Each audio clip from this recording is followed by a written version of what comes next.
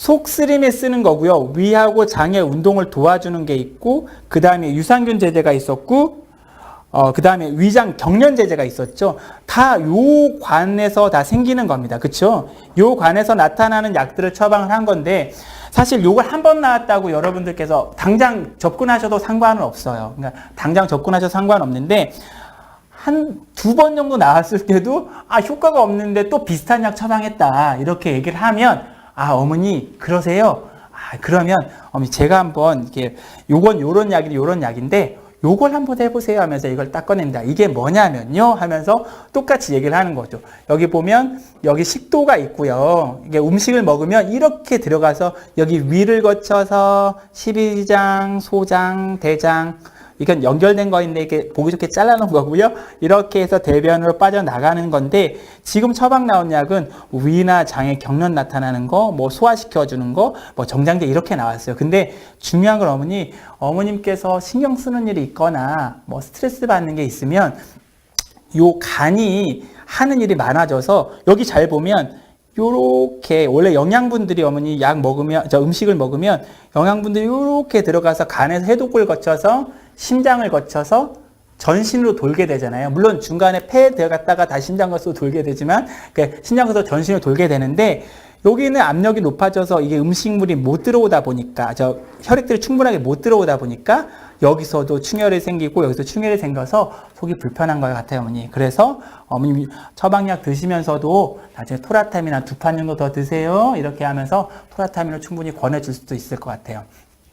그리고 마지막으로 맨 위에 보면 심혈관계 질환 예방, 제가 이거를 적용하는 방법, 적용을 많이 합니다. 9월 달에 굉장히 많이 했었고 한데 그냥 제가 혹시 없는 분들을 위해서 약을 이름 코디오르탄 80에서 12.5ml, 보령 아스트릭스, 메리클, 뉴토르정, 그 다음에 따로 넥시움이랑 마그밀이 나왔어요.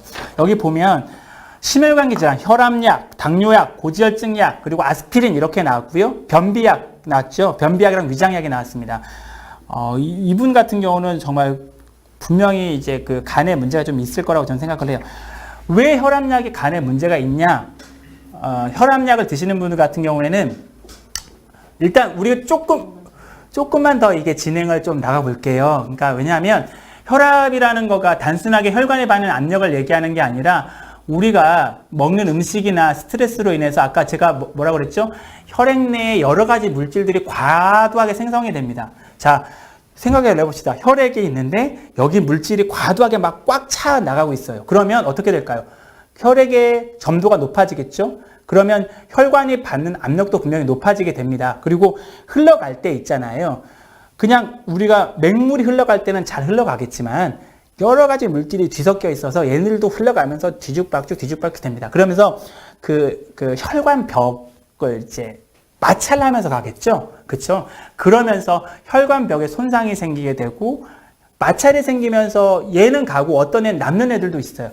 이물질이 혈관벽에 달라붙게 되면 혈관이 잘 아시다시피 이게 그물 구조로 돼 있잖아요. 세포들이 이렇게 되어 있는데 혈관이 늘어날 땐 이렇게 늘어났다가 이렇게 줄어들게 되잖아요.